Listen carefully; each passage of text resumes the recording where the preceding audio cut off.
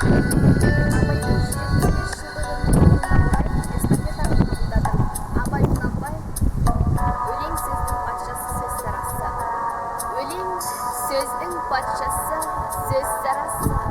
Қиыннан қиыстырар ер данасы.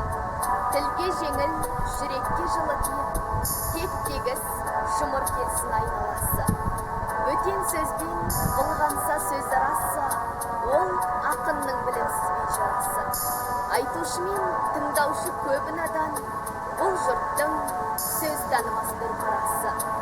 Әуелі аят, хадис сөздің басы, қосарлы бәйгі сал келді арасы.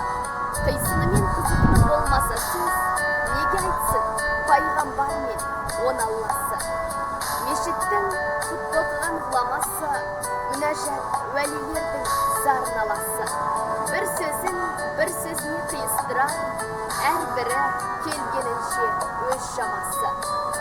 Өлеңге әркімнің бар таласы, сонда да солардың бар таңдамасы.